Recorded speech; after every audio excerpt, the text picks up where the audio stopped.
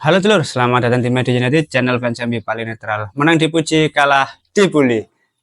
Di video kali ini kita akan melakukan preview pertandingan Manchester United melawan Liverpool. Ya, ini adalah minggu ketiga di Premier League.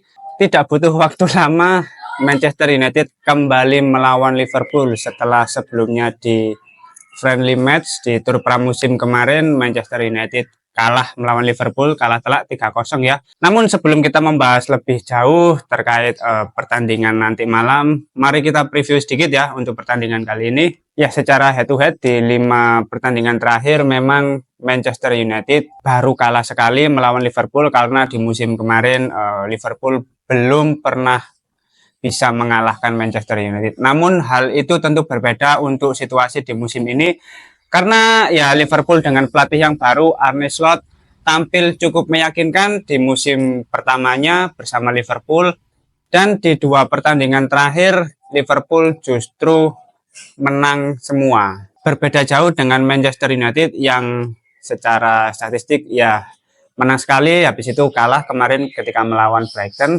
Namun sebelumnya mari kita lihat dulu formasi yang mungkin digunakan oleh Erik ten Hag. Ya, seperti biasa Erik ten Hag kemungkinan akan tetap menggunakan formasi 4-2-3-1. Ya, kiper tetap Onana. Namun untuk lini pertahanan menurutku ini sudah waktunya Matthijs de Ligt untuk tampil sebagai starter di pertandingan nanti, karena ya kemarin ketika Harry Maguire sebagai starter tentu menurutku ada beberapa hal yang menyebabkan Manchester United kalah di pertandingan kemarin, dan ini sudah waktunya Matthijs de Ligt untuk menunjukkan kualitasnya sebagai pemain yang diharapkan oleh Erik ten Hag. Apalagi ini menurutku pertandingan yang sangat penting ya setelah kemarin di tur pramusim Manchester United kalah 3-0.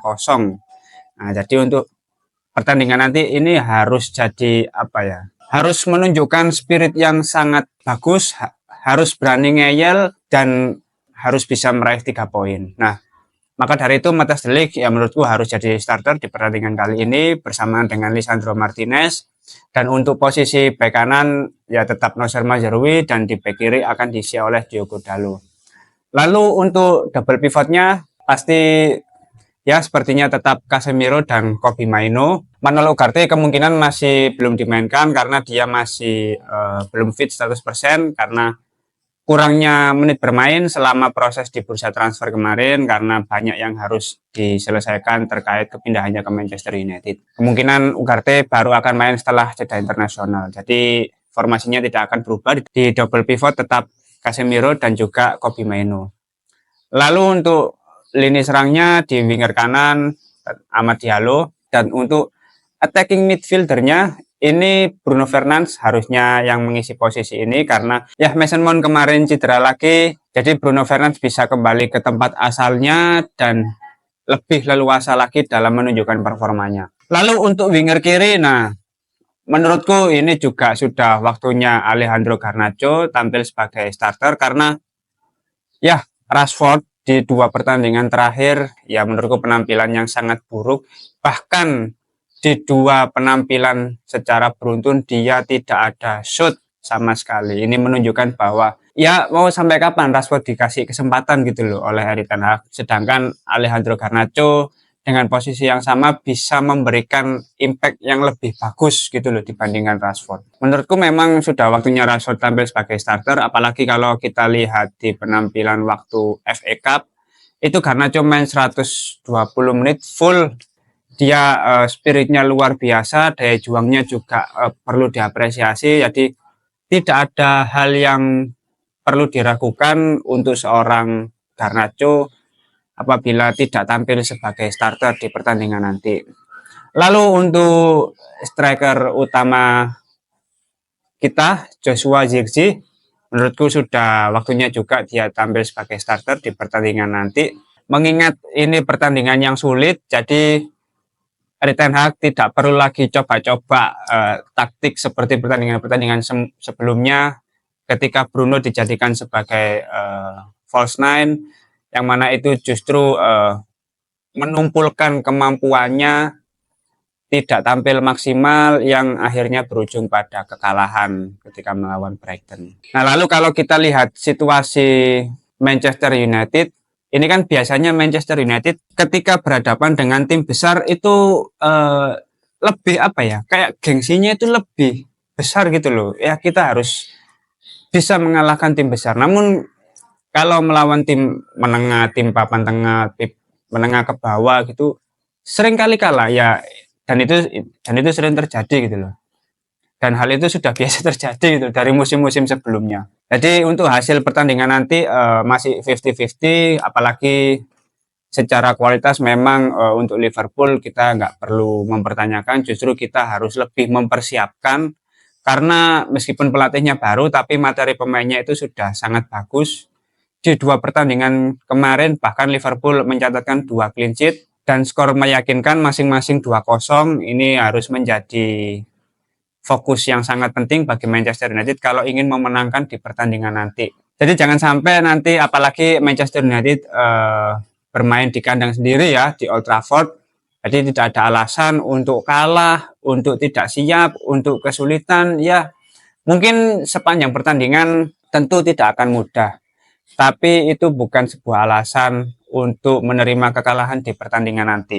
Apalagi kalau Manchester United benar-benar ingin bersaing di 4 besar, ya ini adalah momen yang penting. Apalagi ini masih pertandingan ketiga, jangan sampai kemarin sudah kalah, sekarang nanti masa kalah lagi. Alasannya ya materi pemain belum siap melawan Big Six. Ya mau sampai kapan lur? Ini apa ya? Kadang itu menjadi fokus tersendiri gitu. Siapapun pelatihnya memang kita harus tetap support. Tapi kalau misalkan pelatih ini juga nggak menemukan pakem yang pas, sudah diberi kesempatan masih ada beberapa blunder, masih selalu coba-coba, terkadang juga ya kepala batu gitu, ya gimana gitu loh. Yang kita bicarakan kan klub Manchester United-nya gitu, kemenangan di setiap pertandingan. Apalagi ini sudah musim ketiga Erik ten Hag. Kalau misalkan di pertandingan nanti masih kalah, ya menurutku gimana ya? Kadang itu sempat ada pikiran kayaknya untuk membuat Manchester United lebih maju itu bukan Erik ten Hag gitu loh orangnya. Ya sempat ya, tapi kan namanya proses ya, Manchester United tetap memberikan kesempatan bicara soal prospek jangka panjang. Oke lah sekarang masih awal musim, tapi awal musim ya harus memulai dengan tren yang bagus gitu loh. Jangan kemarin menang terus habis itu kalah, terus habis itu masa sekarang mau kalah lagi, ya harus menang. Apalagi di posisi klasemen sekarang Manchester United 10 ke atas kalau nggak salah, 11 12 gitu aku lupa, sedangkan Liverpool juga jauh dibandingkan kita. Meskipun ini baru minggu ketiga, tapi itu menjadi indikator bahwa di awal musim ini Manchester United harus tetap serius, harus tetap fokus. Jangan sampai Manchester United ini memulai musim dengan awal yang buruk, karena gimana ya? Apapun itu kalau kita mengawali sesuatu dengan baik, insya Allah kedepannya akan baik juga gitu loh, akan lebih mudah menjalaninya. Tapi kalau kita memulai sesuatu dengan hal yang kurang baik, dengan hal yang buruk, hal yang nggak maksimal, otomatis kedepannya itu akan lebih ngoyoh gitu loh untuk nambal keburukan-keburukan di awal-awal gitu loh. Sama halnya dengan Manchester United menjalani musim ini selama 1 tahun, ketika awal-awal musim menjalani dengan kalah ya sulit nanti di paruh musim besok gitu loh. Jadi jangan sampai di awal-awal musim ini, apalagi ini bertemu dengan tim besar, ini harus menjadi ajang pembuktian bagi Erik ten Hag bahwa Manchester United bisa benar-benar mengalahkan tim-tim besar, bisa terus meraih kemenangan, bisa menjaga tren positif di setiap minggunya, dan pada akhirnya nanti Manchester United bisa finish di 4 besar. Itu adalah tujuan atau goals di musim ini untuk mengejar tiket ke Liga Champions. Jadi ya kalau juara menurutku terlalu jauh juga, meskipun ada beberapa pemain yang sudah dibeli tapi terlalu sesumbar kalau bicara soal gelar perburuan trofi Premier League gitu loh. Mungkin kalau trofi-trofi yang lain masih bisa lah dikejar, tapi kalau untuk Premier League ya semalam aja Haaland hat-trick lagi lur. bukannya bukannya pesimis, tapi ya aku mencoba realistis gitu. Bangsat.